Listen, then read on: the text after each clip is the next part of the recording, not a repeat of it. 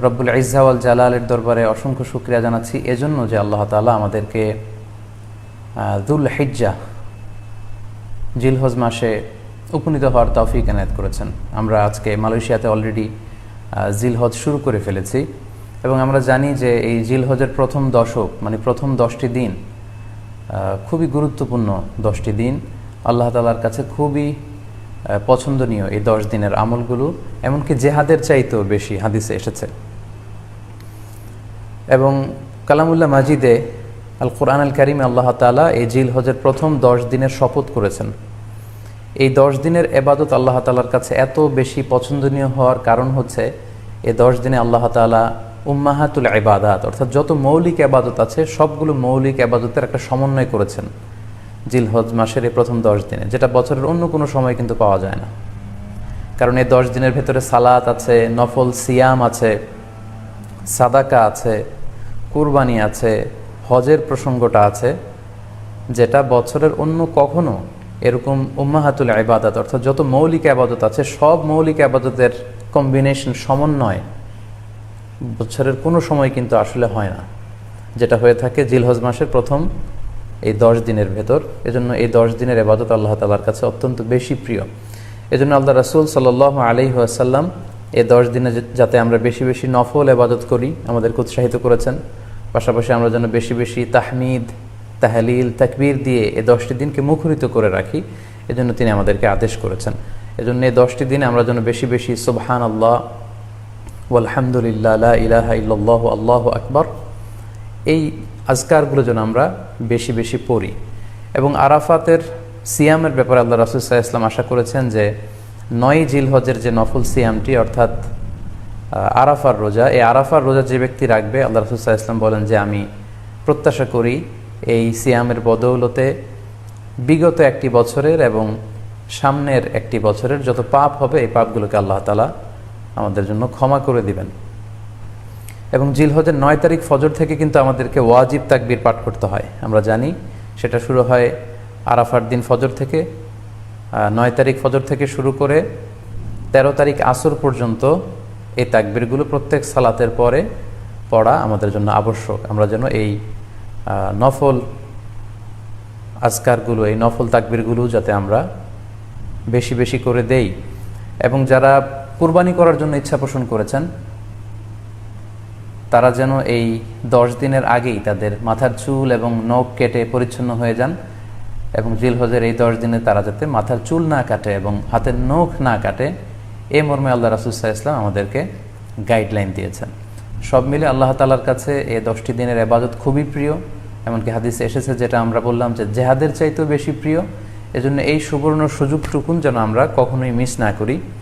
তাই আমাদের সাধ্যমতো আমরা যেন বেশি বেশি নফল ইবাদত করি। আমরা যেন সুযোগ হলে পুরো 10 দিন ব্যাপী আমরা চাইলে নফল সিয়াম রাখতে পারি, আমরা বেশি বেশি কোরআন তেলাওয়াত করতে পারি। বিশেষ করে তাহমিদ, তাহলিল এবং তাকবীর, আলহামদুলিল্লাহ লা ইলাহা ইল্লাল্লাহ আল্লাহু আকবার, এই জিকিরগুলো, এই আজকারগুলো পড়ে পড়ে যেন আমরা এই 10টি দিনকে মুখরিত রাখি।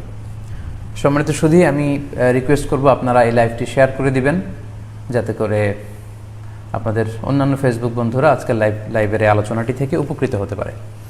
আমরা আজকে কুরবানি নিয়ে কিছু কথা শেয়ার করবার চেষ্টা করব ইনশাআল্লাহ। কুরবানির প্রসঙ্গটা আসলেই আমাদের স্মৃতির মানসপটে আমাদের ইব্রাহিম আলাইহিস সালাম এবং ইসমাঈল আলাইহিস সালামের যে কুরবানি, ওনাদের যে আত্মত্যাগ, এই দৃশ্যপটটি কিন্তু আমাদের চোখের সামনে ভেসে ওঠে। আমরা জানি যে ইব্রাহিম আলাইহিস সালাম আল্লাহ তাআলা সন্তুষ্টির জন্য স্বীয় পুত্র ইসমাঈল আলাইহিস সালামকে কুরবানি করতে চেয়েছিলেন এবং সেই প্রসঙ্গ থেকেই কিন্তু আমরা প্রতি বছর জিলহজের 10 তারিখে কুরবানি করে থাকি। এবং এই দৃশ্যটি আল্লাহ তাআলার কাছে এতই ভালো লেগেছিল, এই আত্মত্যাগের দৃশ্যকে আল্লাহ তাআলা স্মরণীয় করে রাখবার জন্য কিয়ামত পর্যন্ত সব বিশ্বাসীদের জন্য এই জিলহজের একই টাইমে জিলহজের 10 তারিখে কুরবানি করাটাকে আল্লাহ তাআলা আমাদের উপর অবধারিত করে দিয়েছেন। এই বিষয়টি সূরাতুস সাফফাতের 105 নম্বর আয়াতে আল্লাহ তাআলা এভাবে ইরশাদ করছেন, ফালাম্মা বালাগা মাআহু সা'য়া ক্বালা ইয়া বুনাইয়া ইন্নী আরা ফিল মানামি আন্নী আযবাহুক ফানজুর মাযা তারা। অর্থাৎ ইসমাঈল আলাইহিস সালাম যখন একটু বড় হলেন, বাবার সাথে হাঁটতে পারেন, দৌড়াদৌড়ি করতে পারেন, ঠিক তখন ইব্রাহিম আলাইহিসসালাম স্বপ্নে দেখলেন যে তিনি ইসমাইল আলাইহিসসালামকে কোরবানি করছেন, এবং স্বপ্ন দেখেই তিনি সরাসরি ছেলের সাথে কনসালটেশনে গেলেন, পরামর্শ করলেন যে বাবা, আমি তো স্বপ্নে দেখেছি যে আমি তোমাকে কুরবানি করছি, ফানদুর মা দা তরা, what do you think about it, what's your opinion about it, তোমার মতামত কি সেটা তুমি আমাকে বলো। তখন সাইয়েদনা ইসমাইল আলাইহিসসালাম অত্যন্ত সাহসিকতার সাথে বলিষ্ঠ একটি জবাব দিয়েছিলেন, সেটাও আল্লাহ তাআলা কোরআনে সরাসরি কোট করেছেন। তিনি বলেছিলেন, ক্বালা ইয়া আবাতি ফাআল মা তু'মার সাতাজিদুনি ইনশাআল্লাহু মিনাস সাবিরিন, অর্থাৎ হে আমার সম্মানিত পিতা, আপনি যেমনটি স্বপ্নে দেখেছেন, আল্লাহ তাআলা আপনাকে যেমন আদেশ করেছে আপনি ঠিক তেমনটিই করুন, আপনি ভয় পাবেন না, ইনশাআল্লাহ আপনি আমাকে ধৈর্যশীলদের অন্তর্ভুক্ত পাবেন। একটু কি কল্পনা করা যায় যে সাইয়েদনা ইসমাইল আলাইহিসসালাম ছোট্ট শিশু, তিনি যখন শুনলেন যে বাবা তাকে কুরবানি করবে, জবাই করবে, তার প্রত্যুত্তরে তিনি বলেছিলেন, বাবা আমি ভয় পাচ্ছি না, আমি আপনাকে নিয়ে চিন্তিত, আপনি ভয় পাবেন না, বরং আপনি যা আদিষ্ট হয়েছেন আপনি তাই করেন। কারণ নবীরা যখন স্বপ্নে কিছু দেখে সেটা সাধারণ মানুষের মতো স্বপ্ন নয়, সেটা ওহী, সেটা আল্লাহর পক্ষ থেকে আদেশ। তো আপনি আমাকে ধৈর্যশীল পাবেন, আপনি ভয় পাবেন না। সাইয়েদনা ইব্রাহিম আলাইহিসসালাম ইসমাইল আলাইহিসসালামকে কুরবানি করতে শুরু করলেন, জবাই করতে শুরু করলেন। আল্লাহ তাআলার কাছে এই দৃশ্যটি এত ভালো লাগলো, আল্লাহ তাআলা সাইয়েদনা জিবরাইল আলাইহিসসালামকে দিয়ে জান্নাত থেকে একটি বকরি বা মেষ পাঠিয়ে দিলেন। সাইয়েদনা ইসমাইল আলাইহিসসালামকে ছুরির নিচ থেকে সরিয়ে ফেলা হলো, আর সেখানে ইসমাইল আলাইহিসসালামের পরিবর্তে একটি জান্নাত থেকে আনা বকরি বা ছাগলকে সেখানে কুরবানি করা হলো। আল্লাহ তাআলা বললেন, কদ সাদ্দাকতা রুইয়া, ইব্রাহিম তুমি তো তোমার স্বপ্নকে সত্যায়ন করেছো, বাস্তবে রূপান্তরিত করেছো, তুমি তো এই কঠিন পরীক্ষায় সফলতার সাথে উত্তীর্ণ হয়েছ।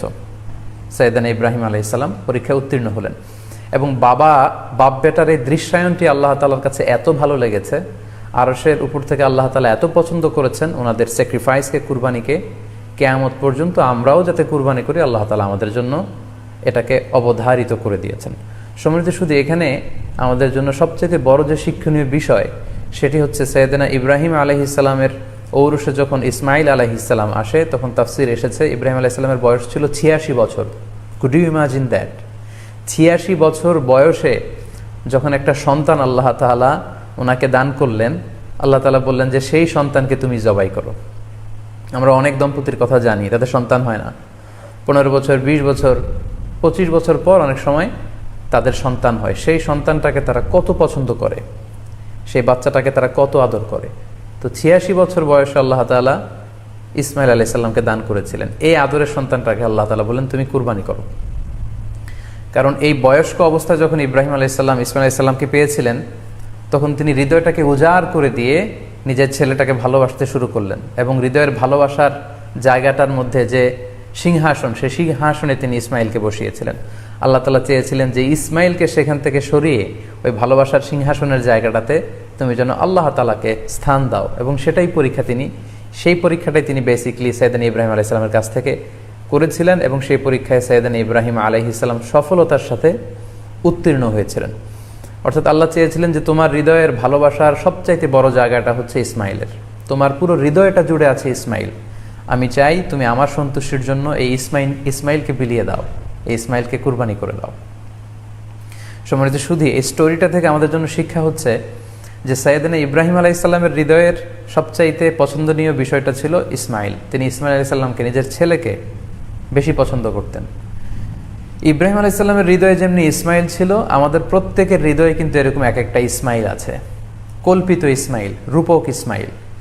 আমাদের কারো হৃদয়ের ইসমাইল হচ্ছে আমাদের টাকা পয়সা, আমাদের কারো হৃদয়ের ইসমাইল হচ্ছে আমার ব্যাংক ব্যালেন্স, আমাদের কারো হৃদয়ের ইসমাইল হচ্ছে আমার দামি গাড়ি, আমাদের কারো হৃদয়ের ইসমাইল হচ্ছে আমার দামি গাড়ি, আমাদের কারো হৃদয়ের ইসমাইল হচ্ছে আমাদের যশ, খ্যাতি, আমাদের ক্ষমতা, প্রতিপত্তি, এগুলো। আল্লাহ তাআলা চান আমাদের প্রত্যেকের যার যার হৃদয়ের ইসমাইল যেটা, সেটাকে আমরা আল্লাহ তাআলার সন্তুষ্টির জন্য উৎসর্গ করতে পারবো কিনা, আল্লাহ তাআলার খুশির জন্য, সেরেফ শুধুমাত্র আল্লাহ তাআলার জন্য আমার হৃদয়ের ইসমাইলটাকে আমি স্যাক্রিফাইস করতে পারবো কিনা। এই শিক্ষাটা দেওয়ার জন্যই বেসিক্যালি আল্লাহ তাআলা এই কুরবানিকে আমাদের জন্য প্রেসক্রাইব করেছেন। আল্লাহ তাআলা চান যে আমাদের হৃদয়ের পুরো জায়গাটা জুড়ে যেন আল্লাহ তাআলার সন্তুষ্টি, আল্লাহ তাআলার ভালোবাসা, আল্লাহকে যে আমরা ফিল করি, আল্লাহকে যে আমরা ভয় পাই, সেই জায়গাটাতে যেন আমরা আল্লাহ তাআলাকে রাখতে পারি। এটাই মূলত আল্লাহ তাআলা আমাদের কাছ থেকে চান, এবং আমাদের জীবনের সব কাজগুলোই হবে শুধুমাত্র কেবলমাত্র আল্লাহ তাআলার সন্তুষ্টির জন্য। এজন্য বিশ্বনবী সাল্লাল্লাহু আলাইহি ওয়াসাল্লামকে কিন্তু আল্লাহ রাব্বুল আলামিন শিখিয়ে দিয়েছেন যে কুল ইন্না সলাতি ওয়া নুসুকি ওয়া মাহইয়ায়া ওয়া মামাতি লিল্লাহি রাব্বিল আলামিন। হে নবী, আপনি বলুন যে আমার নামাজ, আমার কুরবানি, আমার জীবন, আমার মরণ সবটাই তো আল্লাহর জন্য। তাই আমাদের হৃদয়ে যদি আমরা আল্লাহকে স্থান দিতে পারি, আমাদের সব কিছু, সাইয়েদনা ইব্রাহিম আলাইহিস সালাম যেমনি নিজের প্রিয় পুত্র সন্তানকে কুরবানি করেছিলেন, ঠিক তেমনিভাবে আমাদের হৃদয়ের ইসমাইলটাকেও যদি আমরা আল্লাহর সন্তুষ্টির জন্য স্যাক্রিফাইস করতে পারি, কুরবানি করতে পারি, তাহলেই কিন্তু এই কুরবানির শিক্ষাটা আমাদের জন্য বাস্তবায়িত হবে বা সফল হবে। এবং এই শিক্ষাটা দেওয়ার জন্য আল্লাহ তাআলা এই কুরবানির বিধানকে আমাদের জন্য জারি করেছেন, যে আমাদের হৃদয়ে শুধু আল্লাহ তাআলার ভয় থাকবে। এবং এই যে আমরা কুরবানি করবে, কুরবানির রক্ত, গোশত, চামড়া কোনোটাই কিন্তু আল্লাহ তাআলার কাছে পৌঁছে না, পৌঁছে হচ্ছে আমাদের হৃদয়ের ভয়, তাকওয়াটা আল্লাহ তাআলার কাছে পৌঁছে। সূরাতুল হজ্জের 37 নম্বর আয়াতে আল্লাহ বলছেন, লা ইয়ানালাল্লাহা লুহুমুহা ওয়ালা দিমাউহা ওয়ালাকি ইয়ানালুহুত তাকওয়া মিনকুম। এই কুরবানির রক্ত, কুরবানির গোশত এগুলো তো আল্লাহর কাছে পৌঁছে না, আল্লাহর কাছে পৌঁছে হচ্ছে তোমাদের তাকওয়া।